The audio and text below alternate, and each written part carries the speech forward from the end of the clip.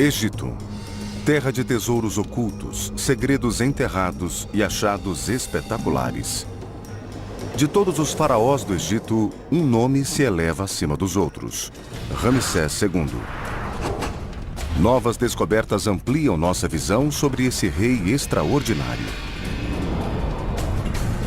Guerreiro, construtor, amante, Deus. Ele foi representado como um super-homem. Mas quem era ele? Ele merecia realmente ser chamado de Ramsés o Grande?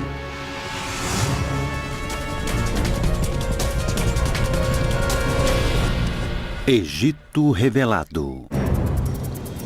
Ramsés. O Cairo nos dias de hoje. Uma cidade do século XXI que muda a uma velocidade alucinante. Ela também abriga o Museu Egípcio de Antiguidades, que guarda grande parte dos tesouros antigos do país. O homem responsável por eles é o Dr. Zahi Hawass, o arqueólogo mais experiente do Egito. Deitado em uma sala escura, num dos lugares mais impressionantes do museu, está o corpo mumificado de Ramsés o Grande. Ramsés II é o grande faraó do Egito. Ele foi um rei único, um guerreiro, um homem de família, um homem religioso. Ele governou o Egito durante 66 anos e construiu em toda parte. Ele fez tumbas, templos e estátuas. Ele foi um grande rei. A história deveria se lembrar dele.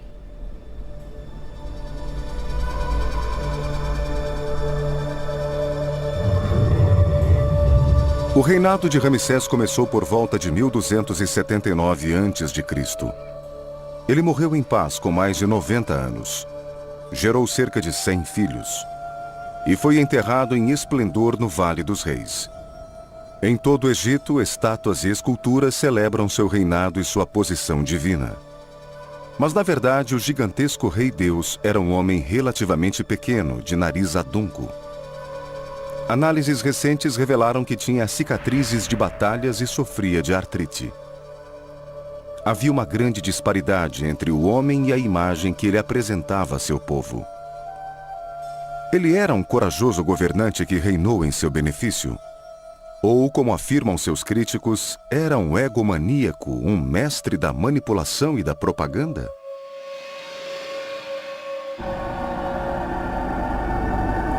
Quando Ramsés chegou ao trono, os faraós já haviam reinado por quase 2 milênios. As pirâmides já existiam há mais de 1000 anos. Ele herdou um império grande e próspero que se estendia dos confins do deserto africano até o mar Mediterrâneo e o Oriente Médio. Era a nação mais poderosa do mundo antigo. Detinha o maior império que os antigos conheceram. Era uma riqueza sem precedentes na Era de Avares. Subitamente, Ramsés havia se tornado um dos homens mais poderosos do mundo. Mas poderes hostis ameaçavam o jovem faraó. Os núbios ao sul, os líbios a oeste e os hititas a leste. A riqueza do país colocava os egípcios em grande perigo. Eles se tornaram um alvo óbvio e, por causa disso, dessa inveja, por assim dizer, o Egito costumava enfrentar ameaças potenciais de governos estrangeiros. O Egito precisava de defesas robustas e de um líder forte. Ramsés tinha apenas 25 anos quando chegou ao trono. Estaria preparado para tamanho desafio? Parte da resposta está no sul do Egito, na cidade de Abidos. Esta é a cidade sagrada onde o pai de Ramsés, o rei Sete, construiu um templo para honrar os faraós e seus deuses. O Dr. Peter Brand é uma autoridade mundial na 19ª dinastia, a linhagem de Ramsés. Ele é qualificado para decifrar os hieróglifos do período.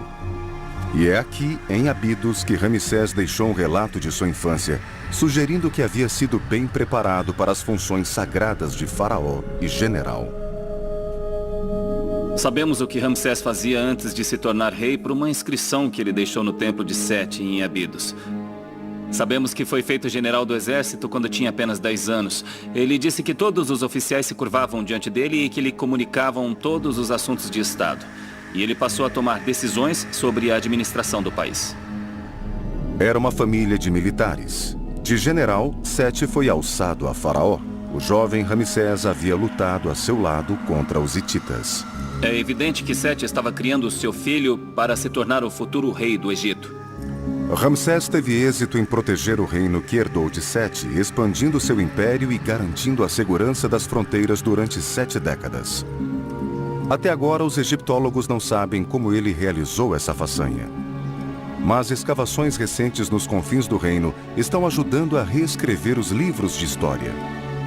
Nos últimos 10 anos, o professor Gene Hofmeier liderou os esforços para localizar novos achados no deserto da época da dinastia de Ramsés. Todos gostam de escavar as tumbas e pirâmides do Vale dos Reis, mas nos últimos anos nós fomos para as áreas mais remotas. E nesses locais distantes começamos a escavar. Fomos para o norte do Sinai, escavamos ao longo do Mediterrâneo e entre o oeste do Delta e a fronteira líbia. E descobrimos um mundo completamente novo para a arqueologia. A busca por esses sítios arqueológicos recém-descobertos começou em um dos monumentos mais conhecidos do Egito. O Templo de Karnak, perto de Luxor, centenas de quilômetros ao sul da costa do Mediterrâneo. Aqui, um antigo relevo mostra o pai de Ramsés, Sete, retornando de uma batalha.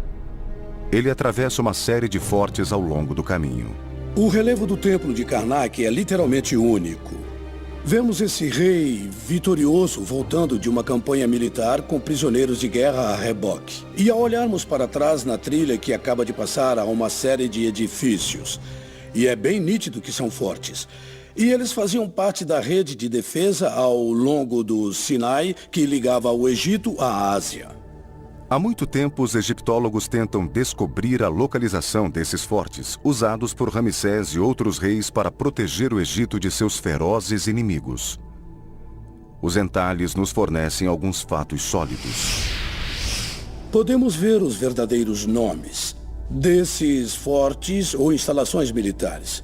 E não temos apenas os nomes. Parece que eles foram classificados pelo tipo de instalação militar. Entre os fortes identificados estava Charu, uma enorme cidadela perto de um porto. Mas os egiptólogos só começaram a procurar esses fortes recentemente. Para Hofmeier, as faixas de água representadas no relevo de Sete fornecem a única pista sólida de seu paradeiro. A cena parece mostrar o Nilo. Podemos ver plantas crescendo e as cabeças dos crocodilos emergindo. E aqui embaixo há um segundo corpo d'água cheio de peixes. E temos a impressão que este devia ser o Mediterrâneo. Hofmeier acredita que a costa nordeste do Sinai seria a localização provável dos fortes perdidos. Mas ao longo dos últimos 3.000 anos, o lodo que se acumulou no delta do Nilo empurrou a linha costeira do Sinai cerca de 48 quilômetros ao norte. Toda a região hoje é um deserto de areia. Até recentemente era uma terra de ninguém para a arqueologia. Então Hofmeier fez a descoberta que mudou tudo. Ele começou a analisar fotos de satélite do Sinai. Não é de hoje, mas da década de 1960. Estas são imagens de satélite em branco e preto feitas pela NASA durante a Guerra Fria. Para essa região do nordeste do Sinai, elas são mais valiosas que as melhores fotos do Google, porque as imagens novas possuem todas as interferências causadas pelo desenvolvimento agrícola, recente construções, centrais elétricas, estradas, e por isso preferimos usar imagens de satélite em preto e branco de 1968. Inesperadamente, essas imagens abriram uma janela para o passado. Ao observá-las, os arqueólogos puderam contemplar a paisagem do Egito Antigo. Em sua busca pelos fortes de Ramsés o Grande, Gene Hofmeier analisou as fotos de satélite da NASA do deserto do Sinai. A única referência ao Egito moderno era o Canal de Suez. Ao nos movermos à direita do Canal de Suez para o Sinai, podemos ver diferentes matizes e também uma linha branca. Esta linha branca era o leito de um antigo braço do Nilo, há muito tempo seco, o rio Pelusiac. As fotos também mostram onde se localizava a costa norte. Eu consegui determinar a provável localização do forte com base em análises topográficas. A busca agora se concentra na área ao redor do antigo curso do Pelusiac. Ela logo revelou um aglomerado de fortes. E em 2006, em Teleborg, um grande forte foi descoberto bem aqui onde Jim Hofmeier havia previsto.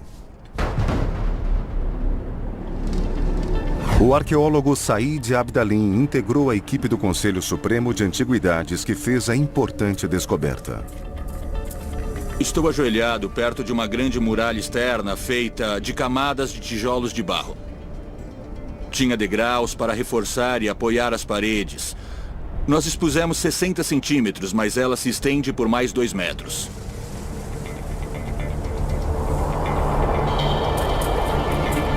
Estes são os restos de enormes muralhas de defesa, pontuadas por fundações quadradas que sustentavam as torres.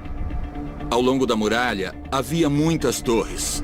E essas torres eram guardadas por soldados armados. As muralhas e as torres eram muito resistentes. Atacá-las deve ter sido muito difícil. Os arqueólogos logo perceberam que haviam descoberto um dos fortes mais importantes retratado no relevo de Sete, o antigo Charo. Ter encontrado o sítio arqueológico de Teleborg, ou antigo Charo, foi uma descoberta muito importante para compreendermos essa região. Essa era a cidade fronteiriça do Egito. Hoje o sítio está sendo escavado. No interior das muralhas, perto dos restos de um templo, eles fizeram uma descoberta surpreendente. O esqueleto de um animal de 3.000 anos. Aqui, em um cômodo lateral, descobrimos uma camada de sacrifícios. É um boi.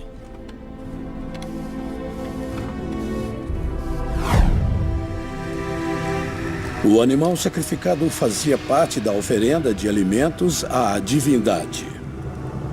Era para isso que o templo servia, para aplacar e agradar os deuses e garantir a proteção de seus moradores.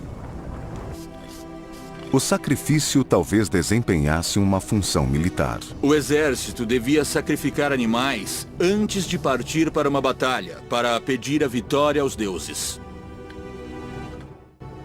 Centímetros abaixo da terra, os arqueólogos também encontraram evidências conclusivas de que Charo havia desempenhado um papel importante na defesa do Egito durante a época de Ramsés o Grande. Seu nome e título real foram gravados em um monólito. Nele, Ramsés faz uma oferenda aos deuses para preservar a ordem cósmica, ou Maat. Preservar o Maat era a função mais sagrada do faraó, manter a estabilidade que os egípcios viam como a base da felicidade. A oferenda do Maat, nesse sentido, é uma prerrogativa do rei. No Egito havia a crença de que a ordem seria rompida, o Maat seria rompido na presença de invasores estrangeiros. Então, não é estranho termos achado isso em uma instalação militar na fronteira do Egito, porque o dever maior do rei era defender o Egito, preservando assim o Maat.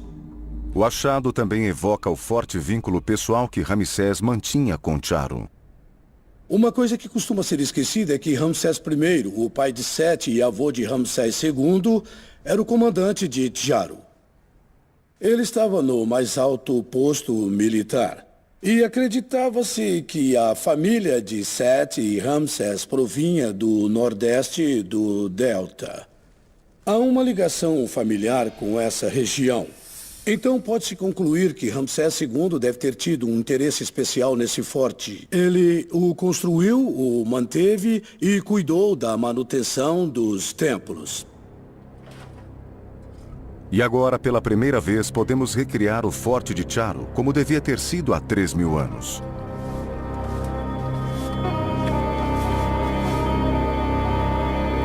Na época de Ramsés o Grande, Charo era uma importante fortaleza.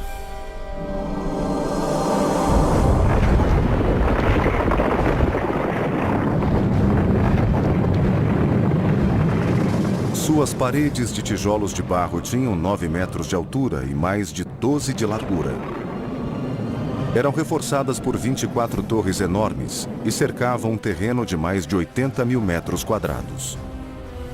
Em seu interior havia barracas militares e armazéns. No centro, o Templo de Ramsés. Devemos vê-lo não como um posto avançado com um punhado de soldados, mas como um lugar onde viviam milhares de soldados, onde todas essas tropas se reuniam para grandes campanhas militares. Os fortes de Charo faziam parte de uma grande rede de fortes que estão sendo descobertos agora. Eles protegiam a Via de Horus, que hoje está a 48 quilômetros ao sul da linha costeira. Essa era a rota que seguia o rio Pelusiac até Charo e o Oriente Médio. Para defender o Império, esse era o lugar certo para isso. Era o ponto de partida das campanhas militares. Era a base logística, o centro nervoso, digamos assim, de todas as operações militares e econômicas na Ásia do Novo Reinado. A nordeste de Charo, o Egito possuía inimigos especialmente poderosos. O jovem faraó estava determinado a destruí-los. Desde o início de seu reinado, não havia dúvidas sobre quem representava a maior ameaça a Ramsés e seu império. O Egito estava sendo desafiado por uma nova superpotência vinda do Oriente e eram os hititas da Ásia Menor. Eles eram o único grupo de pessoas que detinham tanto poder, controle e tantas táticas militares quanto os egípcios. Quando Ramsés se tornou faraó, o Egito já combatia os hititas há 30 ou 40 anos. No 5º ano de seu reinado, por volta dos 30 anos de idade, ele decidiu atacar Kadesh, uma cidade estratégica perto do rio Orontes e da fronteira hitita. Seu pai, Sete, já havia tomado Kadesh, mas depois a perdeu novamente. Nosso conhecimento da batalha que Ramsés travou em Kadesh se baseia sobretudo na série de enormes relevos que ele criou posteriormente. Um desses relevos está em Karnak. Ele retrata a marcha de 640 quilômetros até Kadesh, do outro lado da fronteira hitita, no atual norte da Síria. O relevo apresenta uma descrição dramática da batalha que se seguiu. Peter Brand, que estuda os relevos de Karnak já há 15 anos, acredita que a batalha teria chocado todos os que a presenciaram. Antes de Ramsés II, reis como Sete I e outros 6, quando se representavam em uma batalha, não havia dúvidas sobre o desfecho. O rei se lançava sobre os inimigos e logo depois do ataque eles fugiam e eram derrotados. Mas no relevo de Karnak, Ramsés realiza uma ruptura radical com uma antiga tradição. Ele se representa em uma luta feroz pela vida depois de ser emboscado. Ramsés escapa com vida, mas foi por pouco. Depois de não conseguir derrotar os hititas ou tomar Kadesh, Ramsés precisava decidir como representar a batalha diante de seu próprio povo. A solução encontrada foi apresentar como um herói guerreiro que sobrevive graças aos deuses e à própria bravura. Mas pelo próprio fato de Ramsés se mostrar tão próximo da derrota, alguns o acusaram de ser um general incompetente, um covarde. A explicação tradicional para o que houve em Kadesh é que Ramsés errou. Ele era muito ingênuo, ele acreditou nos espiões hititas e acabou caindo nessa emboscada e a culpa foi toda dele. Ele quase morreu e foi salvo no último minuto por seu próprio exército. Eu desconfio que Ramsés foi vítima de uma acusação injusta. Ele não tinha satélites, ele não contava com telecomunicações, era muito fácil para ele se ver em uma situação de emboscada. Análises mais detidas convenceram o Dr. Brand de que o relevo não é um exemplo de propaganda política. Eu não acredito muito nessa visão de Ramsés, o mentiroso, Ramsés, o manipulador em relação a Kadesh, porque se olharmos bem essa cena, ele nunca reivindica a queda de Kadesh. Ele nunca disse que venceu a batalha. Foi um ato corajoso. Outros faraós evitavam mencionar derrotas ou reveses, não Ramsés. Não sabemos ao certo se Ramsés teve sucesso ou então se sobreviveu à batalha. Parece que sim, mas há esse elemento de dúvida, esse elemento de perigo que torna a Batalha de Kadesh tão singular. Mas os hititas continuavam a ser uma ameaça, o que teria obrigado Ramsés a transferir sua capital para o norte, de Mênfis para Pi-Ramsés. Ela já foi uma cidade imperial, mas hoje é apenas uma massa de fragmentos dispersos por terrenos cultivados. Este foi o ponto de partida para Ramsés construir Charo e repelir os inimigos hititas. Mas depois de longos anos de guerra com os hititas, em 1258 Ramsés usou uma tática nova e inesperada para proteger suas fronteiras. Karnak abriga uma inscrição singular que registra o Tratado de Paz de Ramsés com os hititas, o primeiro já firmado entre duas potências iguais. Depois de mais de 50 anos de guerra, tanto egípcios como hititas queriam a paz. O Tratado Pioneiro de Ramsés iniciou uma era de cooperação e comércio mútuos.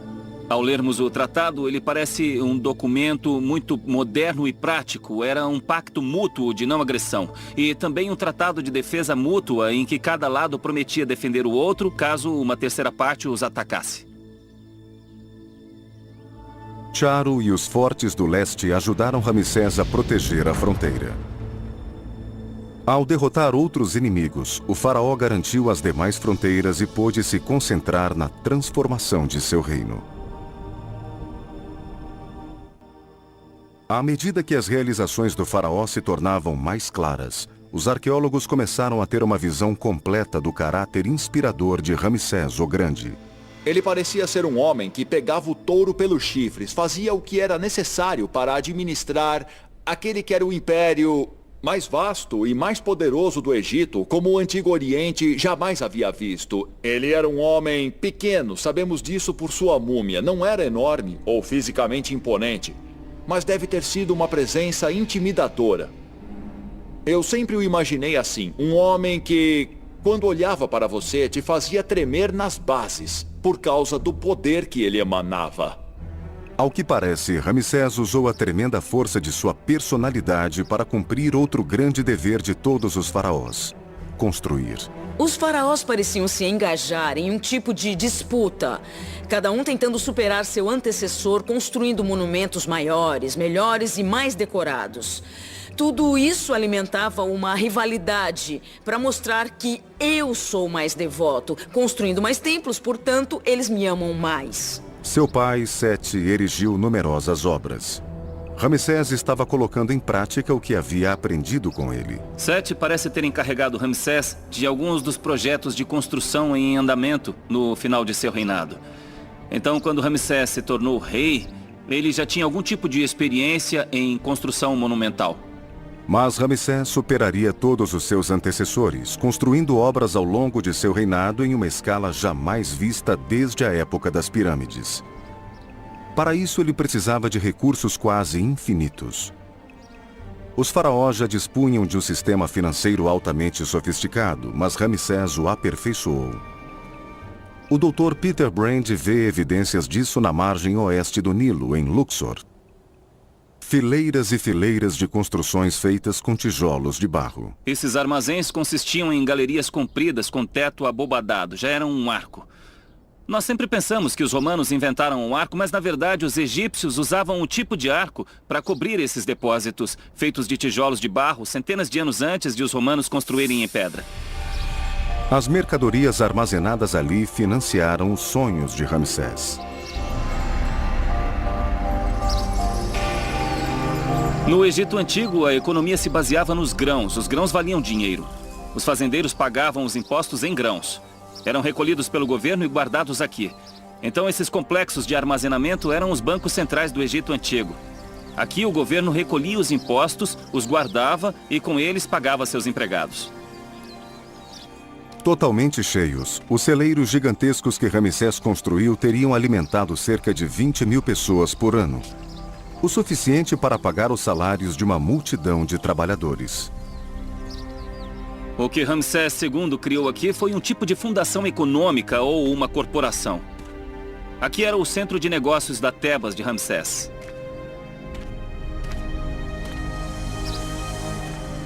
Os celeiros de grãos de Ramsés estão entre os maiores já criados no Egito Antigo e alimentavam seu incessante programa de construção. Às vezes eram vistos como prova de sua megalomania. Não creio que esse seja um exemplo de egolatria ou megalomania. Ramsés era faraó em uma época de grande prosperidade econômica. Ele teve a chance de fazer isso e teria sido negligente se não aproveitasse a oportunidade para mostrar toda a sua devoção aos deuses, seu amor pelos deuses, a preocupação pelo bem-estar deles. Era uma forma de garantir as graças dos deuses, não só para si mesmo, mas para todo o Egito e os egípcios. Sua primeira grande tarefa foi concluir o grande corredor de Karnak, iniciado por seu pai, Sete. Desde 2001, Peter Brand dirige um projeto que se dedica a registrar e estudar essa incrível obra arquitetônica. Esse lugar deve ter sido a 8ª maravilha do mundo antigo, porque é absolutamente enorme. Na verdade, cabe a Catedral de Notre-Dame de Paris inteira dentro do hipostilo de Karnak. Todo o templo egípcio era a casa dos deuses. Na verdade, os egípcios chamavam esses templos de mansões dos deuses. Esta era a sala de estar dos deuses.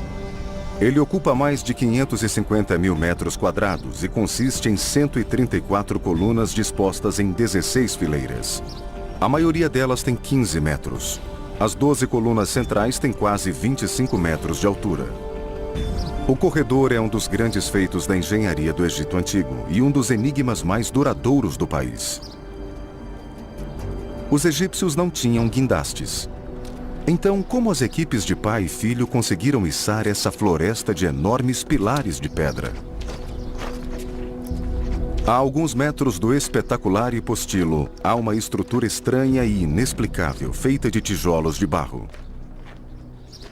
Para o Dr. Brand, é uma evidência importante da solução encontrada por Ramsés e seu pai para realizar esse milagre arquitetônico. Posso ver que foi feito de uma série de estruturas celulares de tijolos preenchidos com terra solta ou pelos próprios tijolos em um ângulo diferente. Sabemos por registros artísticos que eles usavam rampas para construir os monumentos e teriam arrastado as pedras por rampas feitas de tijolos. O Dr. Brand acredita que esta era uma antiga plataforma de construção.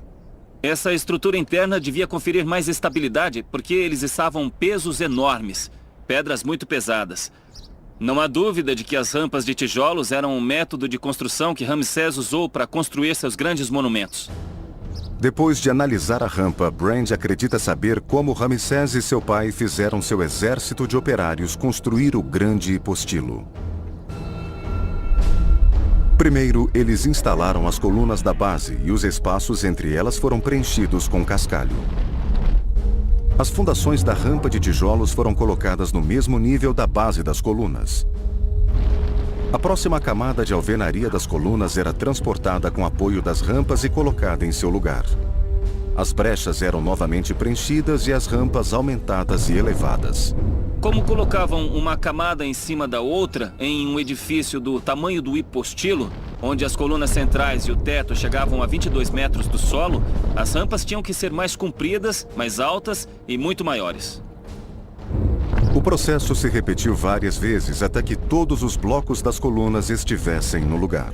Quando finalmente terminaram, a obra estava concluída, mas estava totalmente enterrada nesse enorme monte de terra com grandes muros de contenção de tijolos e rampas dos dois lados. O estágio final era a remoção dos milhares de tijolos, revelando os pilares do grande hipostilo de Ramsés.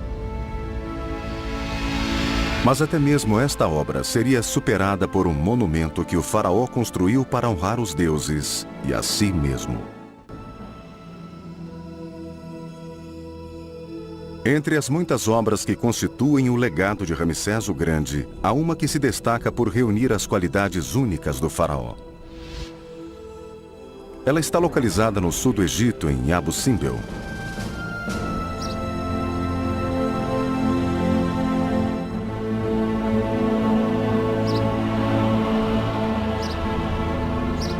Este é o templo de Abu Simbel, e é por isso que ele é chamado de Ramsés o Grande. Esculpida em rocha, a fachada do templo é dominada por 4 estátuas colossais de Ramsés. Com 20 metros de altura, estão entre as maiores já construídas por um faraó.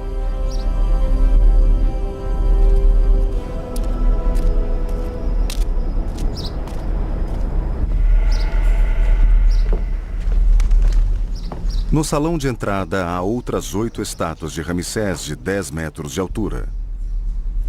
Cada uma representa o papel tradicional do faraó, meio homem, meio deus.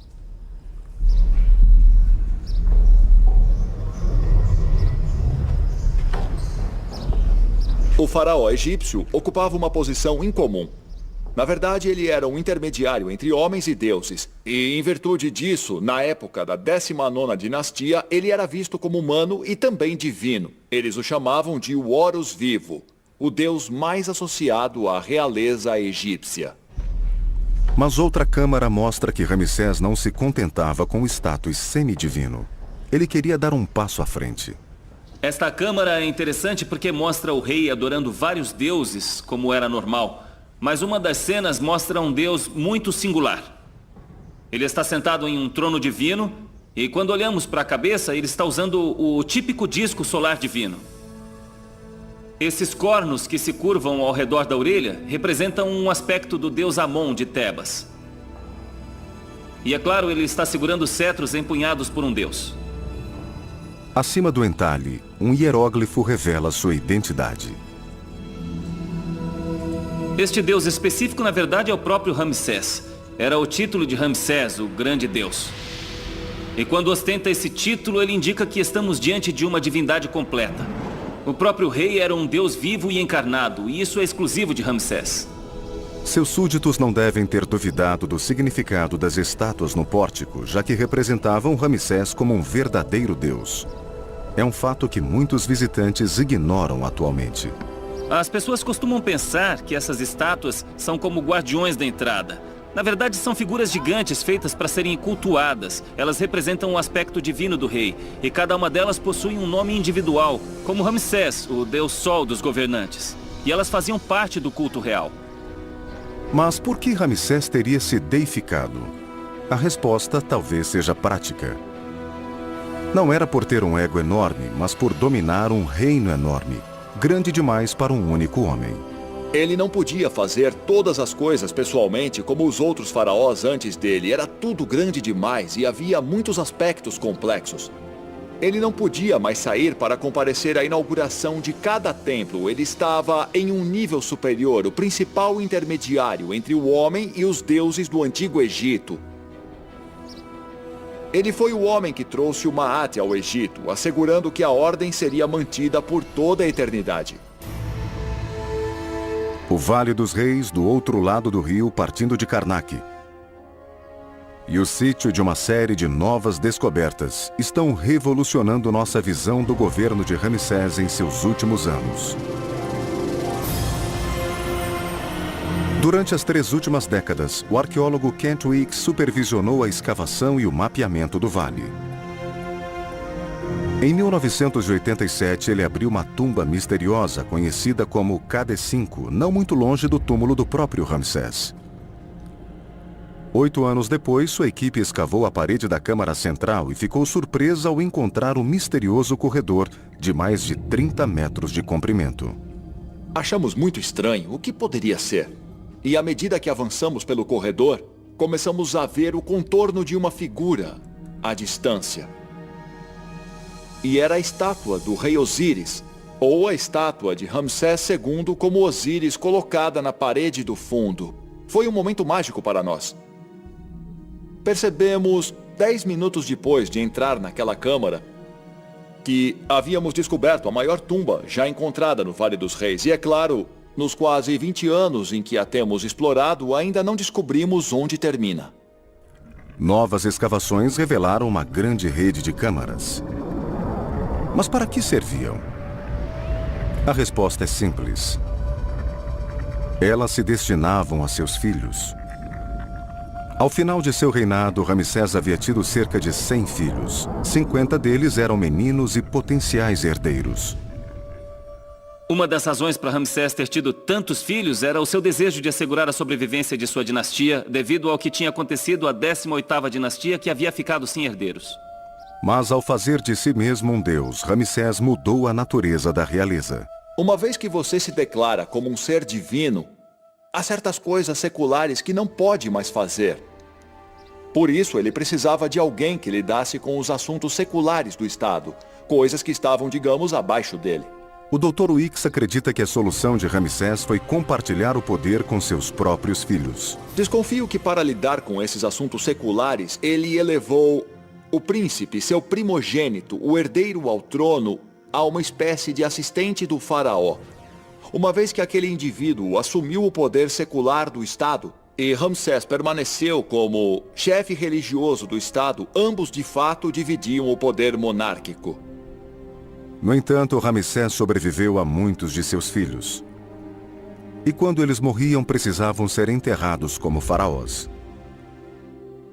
Se o filho, o príncipe herdeiro, que agora era o chefe de Estado secular, morresse antes do pai, não era possível enterrá-lo como um filho qualquer. Agora, a sua posição era elevada, ele precisava de algo especial. E essa seria a razão da existência da KD5. A tumba é singular porque desempenha uma função singular. Era uma situação inédita para os egípcios. Como enterrar um chefe de Estado secular que, na verdade, é um assistente do rei? A tumba parece ter crescido conforme a necessidade. Inicialmente foi cavada quando um herdeiro do trono morreu antes de Ramsés II. Foi ampliada quando o príncipe herdeiro seguinte morreu. Depois ampliada novamente quando seu sucessor morreu e assim por diante. Ramsés sobreviveu e sua própria tumba permaneceu vazia à medida que seus filhos descansavam para sempre na KD5. Era um corredor que se estendia como tentáculos de um polvo, levando a um salão central com 16 pilares, um dos maiores entre as tumbas do Egito. Wicks e sua equipe ainda não sabem quantos filhos de Ramsés foram enterrados no mausoléu da família, o único no Vale dos Reis. No fim do século XIII a.C., Ramsés o Grande já havia reinado por mais de 60 anos. Ele defendeu seu vasto império, construiu templos magníficos e se elevou à posição de Deus encarnado. A realidade de sua idade avançada foi ocultada na maioria dos súditos que só viam sua imagem divina. Ramsés foi bem mais longe que muitos de seus antecessores para se mostrar como um deus. Ser a encarnação de um deus adorado de longe, mas não de perto, foi o disfarce perfeito para um homem idoso e frágil. Mas mesmo o poderoso faraó não escapou ao momento inevitável. Numa época em que a expectativa de vida era de 40 anos, ele viveu mais do que o dobro. Por volta de 1213 a.C., o homem que gerou mais de 100 filhos morreu com cerca de 90 anos.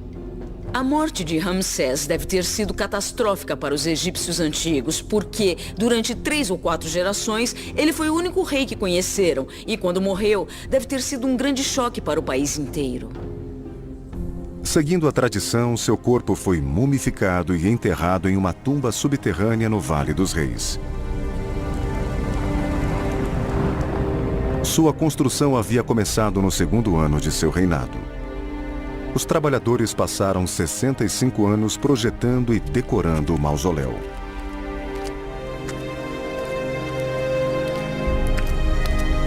Evidentemente, Ramsés pretendia que esta fosse a mais magnífica tumba real já construída.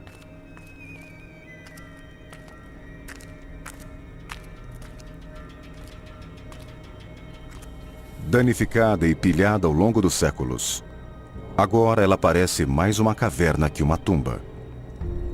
Hoje, os egiptólogos estão reconstituindo a aparência provável de sua derradeira morada. Como podem ver, houve danos tremendos às paredes da tumba. Provavelmente devido a alguma inundação no passado. Uma parede revela como era gloriosamente decorada. Há 2 conjuntos de figuras que caminham um em direção ao outro. Posso dizer pelos fragmentos que havia uma grande quantidade de detalhes no entalhe e era extremamente refinado.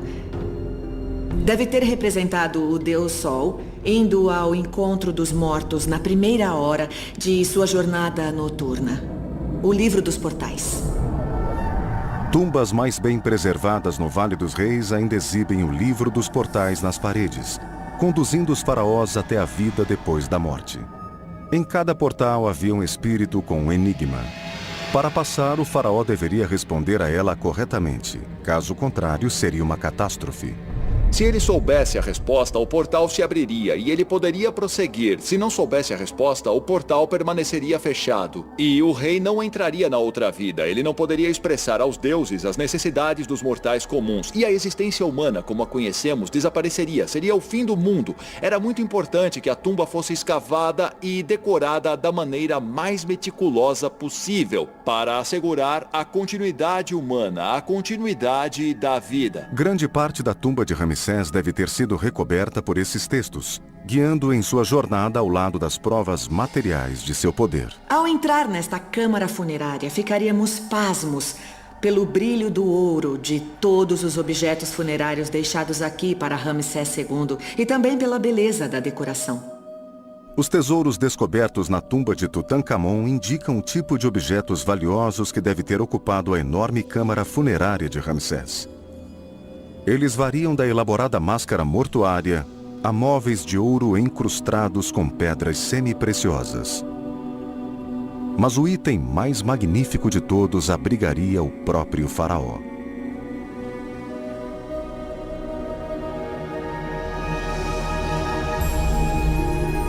O sarcófago estaria totalmente embutido em um altar de ouro que devia estar bem no meio da câmara funerária.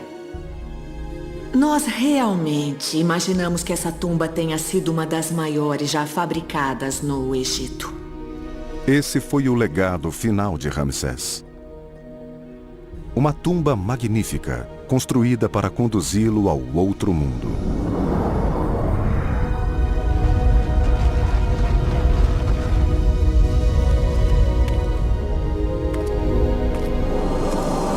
Ao longo de 7 décadas, Ramsés renovou o Egito e redefiniu o papel do faraó. Para os governantes que se seguiram, seu reinado se tornou uma referência para a realeza. Não é coincidência que os próximos governantes parecem retornar com frequência aos valores que Ramsés instituiu. Ele era, de fato, um ídolo, um homem a ser imitado.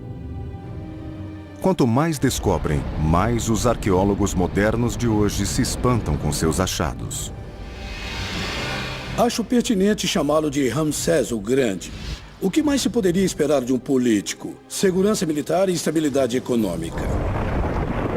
E ele conseguiu. Talvez mais do que qualquer outro rei, Ramsés merece ser chamado de o maior faraó do Egito. Ele foi o maior construtor, ele foi o Deus encarnado. Nenhum outro rei da história consegue se comparar às conquistas e à ousadia de Ramsés o Grande. Eis um homem que sabia o que queria, que se dedicou a consegui-lo, que era um exímio diplomata e também político. Além de tudo, ainda era construtor, advogado e arquiteto. Todas essas qualidades e o fato de ter vivido quase 90 anos, sem dúvida ninguém chega aos seus pés. Os novos achados e interpretações recentes confirmam a posição de Ramsés. Simplesmente o maior faraó de todos os tempos.